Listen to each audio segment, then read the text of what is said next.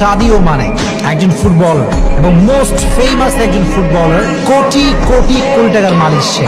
তো তার আমি একটা ভিডিও দেখছিলাম, সেখানে বলা হলো যে সে যখন খেলে আসছিল তার হাতে একটা ফোন ছিল, এটা হচ্ছে ভাঙ্গা আইফোন।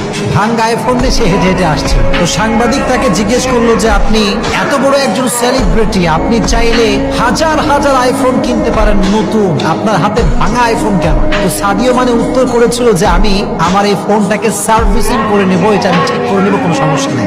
সাংবাদিক সবগুলো দেয়ার সব।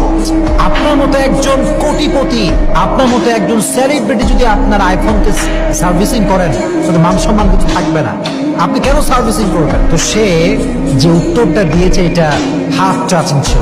সে কথা বলেছে, দেখেন আমি চাইলে তো হাজার হাজার আইফোন কিনতে পারি, শুধু আইফোন না, মার্সিডিজ ব্র্যান্ডের গাড়ি কিনতে পারি, BMW কিনতে পারি, যত ফেমাস ব্র্যান্ডের কার আছে সব আমি কিনতে পারবো।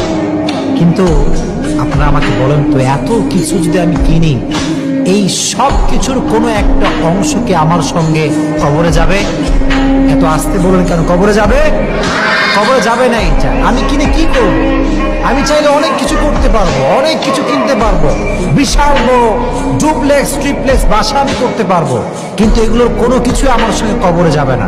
আর সে বলল, যেহেতু আমি অভাবের কারণে শিক্ষা গ্রহণ করতে পারি নাই, তাই শিক্ষার মূল্য আমি বুঝি।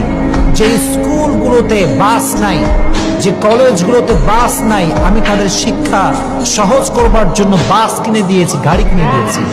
তো এটা বোঝা যায় যে দুনিয়াতে আল্লাহ তাআলা সবাইকে টাকা পয়সা দিলেও সবাই টাকা পয়সার পাগল হয় না। দুনিয়াতে আল্লাহ সবাইকে টাকা দিলেও সবাই টাকা পয়সা অপচয় করে না, অনেকে এটাকে ভালো কাজে লাগায়।